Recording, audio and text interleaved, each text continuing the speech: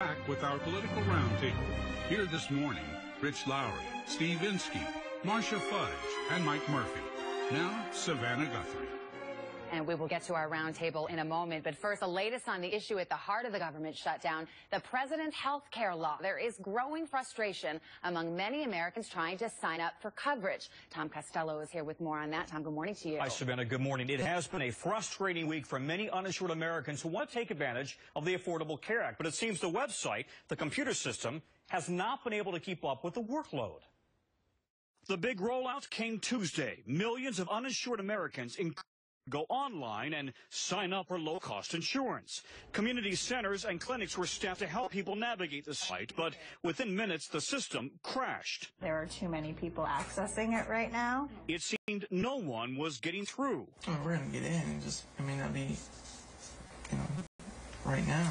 We have until March. On Tuesday, we were with the Schultz family in Phoenix as they tried to enroll. We wanted to know the price, the options, and suddenly we couldn't get in, so we were disappointed. By the end of the week, they still hadn't been able to log on. Republicans said it's a sign Obamacare is not ready for prime time. From reports around the country, it seems that Obamacare is off to a very rocky start. But the president insisted the system was simply overloaded with unexpected demand. And we're going to be speeding things up in the next few hours to handle all this demand that exceeds anything that we had expected. By Friday evening, the government reported more than 8.6 million visitors had logged on to healthcare.gov. Call centers had taken more than 406,000 calls. But the White House won't say how many people navigated the website without getting kicked off or how many managed to complete an insurance application.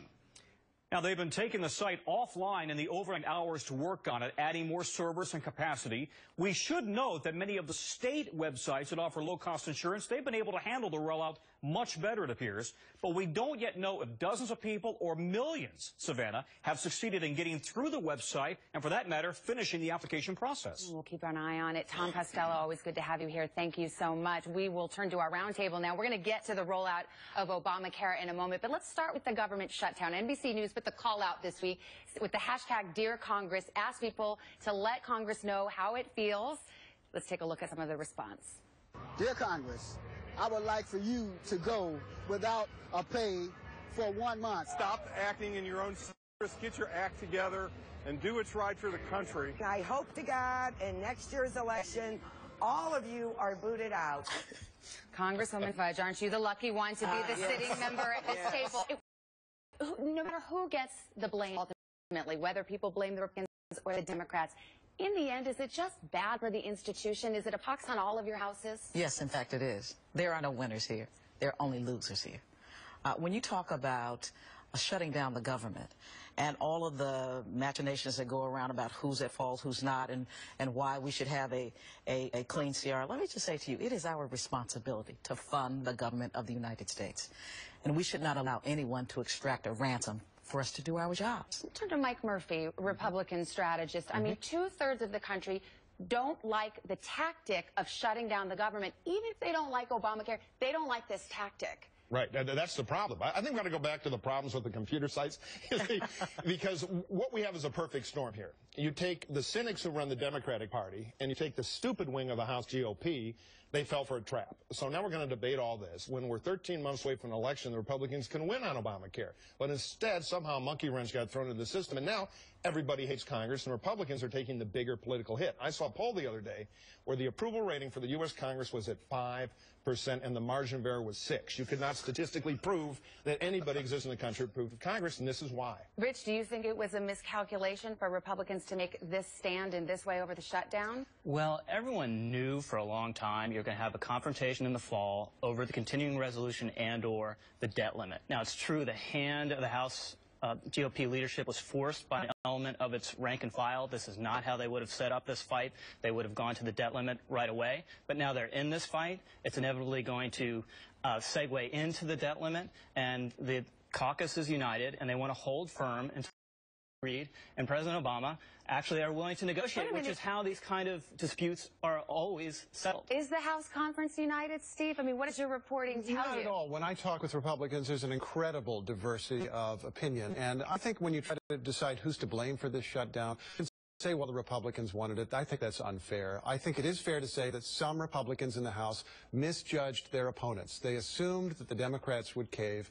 They were wrong. And when I talk to Republicans, the Republican who, to me, seems to have the best notion of what is on the Democrats' mind, believe it or not, is Grover Norquist, the conservative activist, Americans for Tax Reform, gave a fascinating interview to the Washington Post in which he said the way to deal with this is get past in some short-term way, perhaps, however you have to, both the debt ceiling and this budget problem and the shutdown, and push the Democrats instead on the sequestration, these really deep budget cuts. And there you're identifying something that the Democrats actually are bothered by, that they might be willing to give Republicans something in order to get out of. But Congressman, let me turn to you. As this goes on and on, the president's stance is, I won't negotiate. And even if there's a host of reasons why that is a responsible position, as a bumper sticker, it's not the greatest, is it? We're about to have an economic calamity, but I'm not negotiating? Let me just say this to you. The full faith and credit of the United States is not negotiable.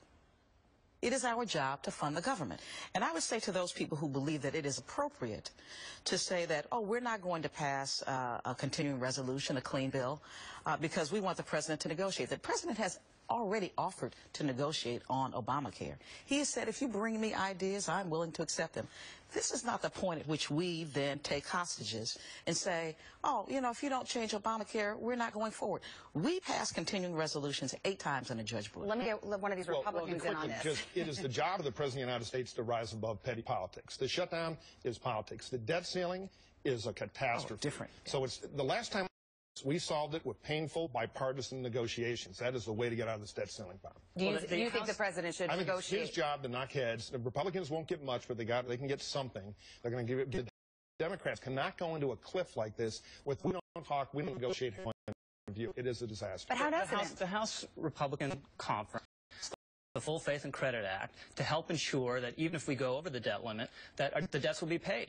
And Democrats uniformly oppose that because they have this cynical politics at work here where they want to make everything as frightening and as painful as possible. They complain about the NIH not having funding. Well, Republicans want to fund the NIH, but the Democrats oppose it. It's a cynical strategy, and if there's a political threat to Democrats here, it's the cynicism and intransigence show. Let's be clear. They pilloried the Senate for not having a budget.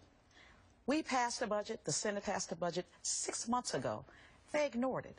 We would not be where we are today had they gone to conference and we had a budget. But why would you oppose a bill to fund the NIH? You want to make up things. I'm talking about facts. The House has passed a bill to fund the NIH. Why won't you support it? It was passed. I don't support it because every single function of the government is important. Why wouldn't you support measures to make this less painful until it's actually negotiated, until there's an end actually negotiated? Less painful for whom? I'm going to jump in here lest people think I went out for a cocktail or something. Let's talk about Obamacare. Obviously, the rollout did not go as smoothly as hoped, and Saturday Night Live was there to have a little fun with it. Take a look. Loser, the Obamacare website, which had technical issues all week because of too much web traffic. You can't campaign on the fact that millions don't have health care and then be surprised that millions don't have health care. How could you not be ready? That's like 1-800-Flowers getting caught off guard by Valentine's Day.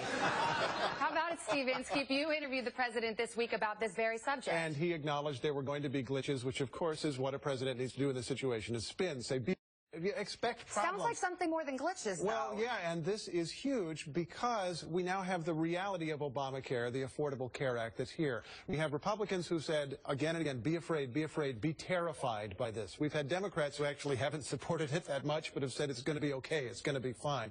And now we have the possibility of millions of Americans dealing with the reality of it for better or for worse. And I think that has a potential to transform this debate over time. I think it's still possible for reality to have some bearing on politics. But, Mike, was this a tactical error on the part of Republicans? I mean, that might have been the lead story in every single paper, but for the shutdown. On the policy, I'm so sympathetic to my side on this. I think they're right about a lot of it. But that's why we have midterm elections, so you can throw Democrats out of office over Obamacare. There's no rule in politics. When your opponent is in trouble, when they're drowning politically, you throw them a fire hose. We threw him a lifeboat and a machine gun, because now we're going to debate this. Excuse me, I'm all choked up. Instead of 13 months away, getting control of the Senate, which means we can have the policy fight within the system. So on a tactical basis, it is an incredibly stupid move. Is that do you agree with that, Rich? No, I mean, I think Mike is a little too panicked over here. He can barely get his words out. I hate that you're losing the Senate. Look, it's a short-term thing.